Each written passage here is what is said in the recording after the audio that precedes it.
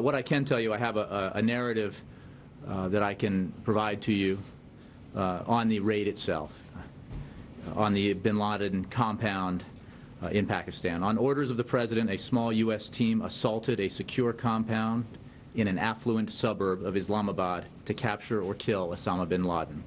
The raid was conducted with U.S. military personnel assaulting on 2 helicopters. The team methodically cleared the compound, moving from room to room, in an operation lasting nearly 40 minutes. They were engaged in a firefight throughout the operation, and Osama bin Laden was killed by the assaulting force. In addition to the bin Laden family, 2 other families resided in the compound.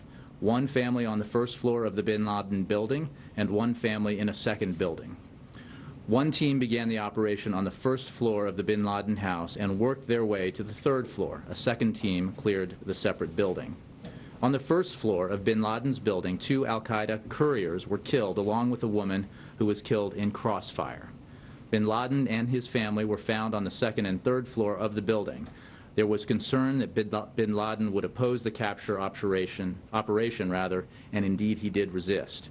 In the room with bin Laden, bin Laden's wife, rushed the U.S. assaulter and was shot in the leg but not killed.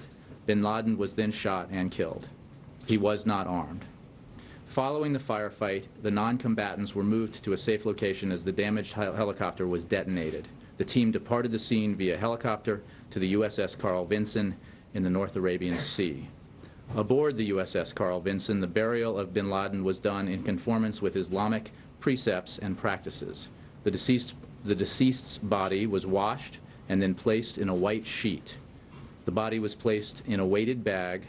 A military officer read prepared religious remarks, which were translated into Arabic by a native speaker. After the words were complete, the body was placed on a prepared flat board, tipped up, and the deceased body eased into the sea. That's the narrative that I can provide to you today.